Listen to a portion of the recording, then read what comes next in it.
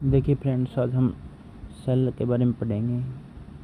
देखिए, जितने भी लिविंग ऑर्गेनिज्म होते हैं, जो भी सजीव होते हैं, जिनके अंदर जीवन होता है, वो सभी सेल के बने होते हैं, जिसे हिंदी में हम कोशिका बोलते हैं।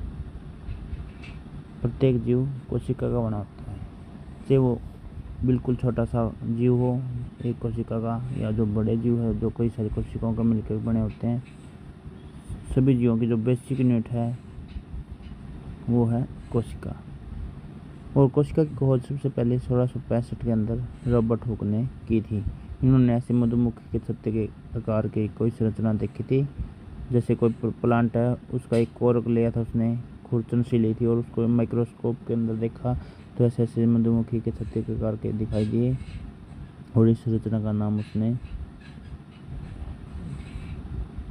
पहले इसको सेलुला बोला था, बाद में उसको सेल कहा।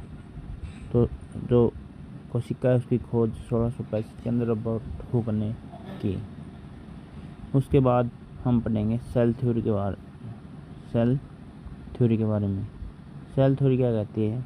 दो साइंटिस्ट थे, एक समान था, एक स्लाइडेन था। जो स्लाइडेन था वो एक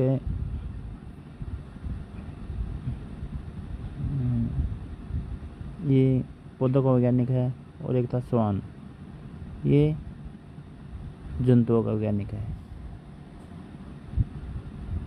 ये जूलॉजिस्ट है और ये बोटेनिस्ट है। इन्होंने क्या कहा? स्लाइडन ने कहा कि प्रत्येक जो पौधा है, हर एक प्लांट सेल का बना होता है। और स्वान ने कहा कि हर एक जीव, हर एक एनिमल, जो भी एनिमल है वो प्रत्येक एनिमल एक सेल का बना होता है। दोनों ने मिलकर एक सेल थ्योरी दी। इन्होंने कहा कि जो प्रत्येक जो लिविंग ऑर्गेनिज्म है वो क्या है?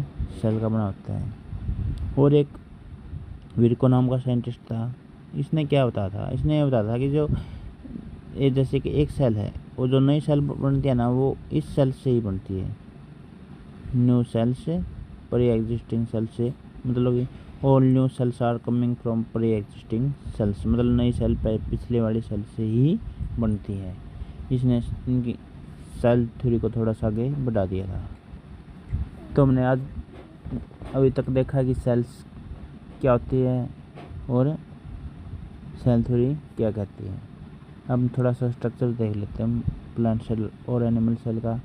जैसे ये हमारी प्लांट सेल और एनिमल सेल है। जो प्लांट सेल होती है वो ऐसे थोड़ी सी वर्गाकार होती है, और ये थोड़ी स्फेरिकल होती है एनिमल सेल। ठीक है,